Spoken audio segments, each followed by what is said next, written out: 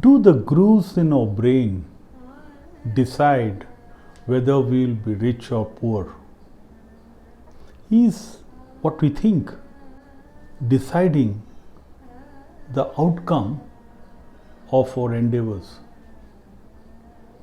Before we dive deep into what is this poverty mindset, I want to share a small research finding from the US. The two sets of dogs were kept in two enclosures, and both of them were given mild electric shocks at regular frequency. The only difference between the two enclosures were, in one of the enclosures, there was a sensor where as soon as the dogs touched their nose onto the bars which were the sort of the side of the cage, it would stop the current. So the shock would stop. While in the other cage, there was nothing like that. So what are the net impact? So in the cage where the shocks could stop by touching the nose, touching the side bar, the dog soon realized that if you did that, the shock would stop. And every time it would start, they would go and touch this and it would stop. While in the other cage, the dogs did a lot of stuff trying to stop the current, but it would not. And they realized that it would periodically come on and then stop on its own and come on. And they also realized that whatever actions they did, it didn't stop that frequency. Over a period of time, both these sets of dogs began to believe in certain mindsets. One set of dogs believed that you took some action. The action was to touch the side of the cage, and the issue or the pain would stop. The other set of dogs believed that whatever you did, this thing would happen and stop on its own after a period of time, so your actions were futile.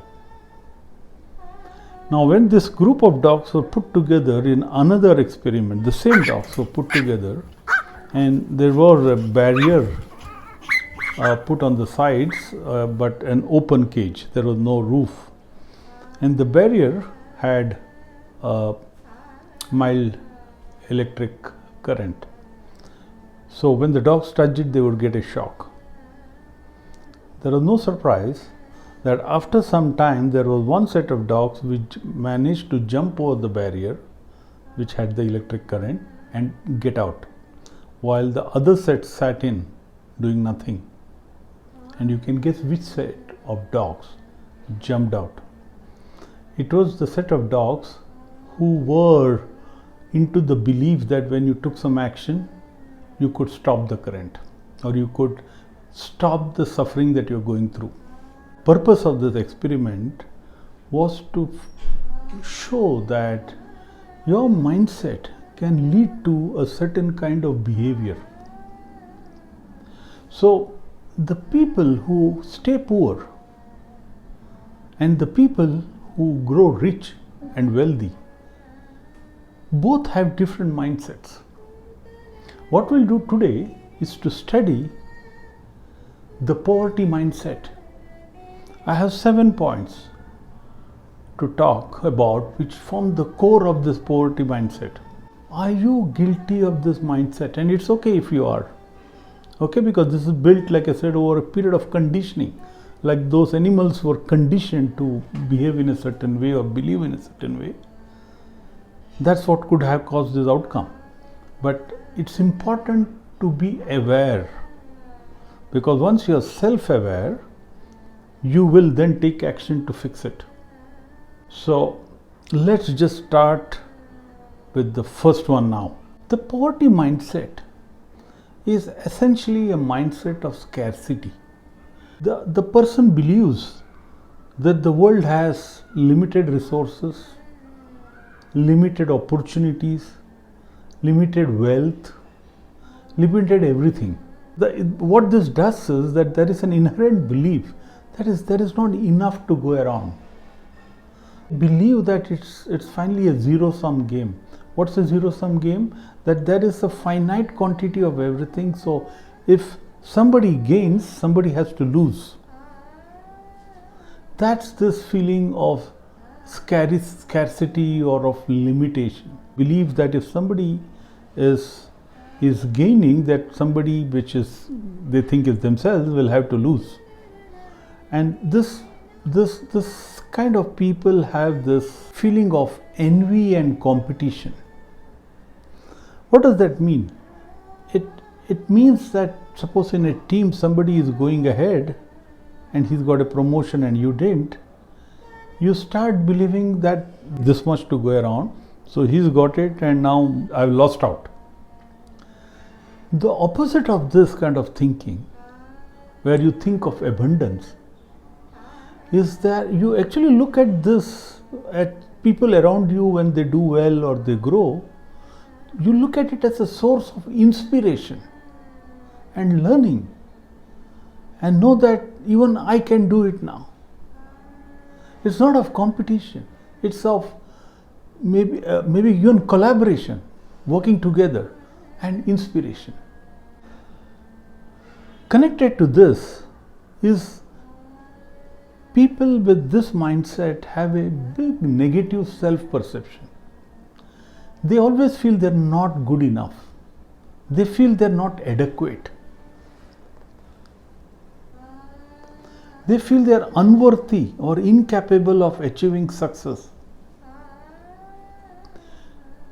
They always blame on factors that are beyond their control.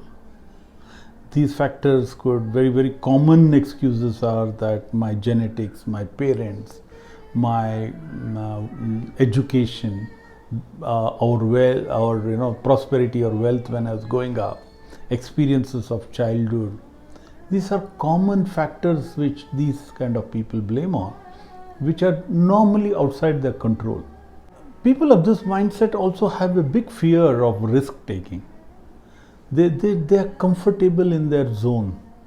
They are worried about moving out of the comfort zone and making change. Because every change takes you to a place of not knowing, of possible bigger suffering than what they are doing today. So they want to stay where they are and don't want to take any risk, even when opportunity comes knocking at them. Also find that such people do not have any goal setting. Okay, so they're not clear what they want to achieve, both short term and in the long term. Okay, because it's important to have goals which you set for yourself. If it's goals on wealth, then you need to set goals on what is the value of assets plus money that you need to have. Or if it's some career growth, then where you should be in different periods of time. The other thing about goal setting to be careful about is to be bold when you do that, because most people have very low expectations from themselves. Even if they do goal setting, they are pretty low. So it's about having goals clearly written down and bold goals. And like I said earlier, resistance to change. Change is mean you are stepping into an area of uncertainty, and it could probably bring more miseries than what you already are suffering by not changing. Finally, short-term thinking. Short-term gratification is what most of these people do, and sacrificing long-term planning. This seriously hinders financial growth and personal growth. My request is, do a self-assessment against all these 7 points. Please recognize and address poverty mindsets. Shift to abundance mindset. Believe there are ample resources and opportunities available. Focus on positivity, it will lead to positive outcomes and positive growth. I wish you all abundance and success in your life. Make the shift. If you have any comments, please post them below. I would love to talk to you about this. Till next time, stay unstoppable.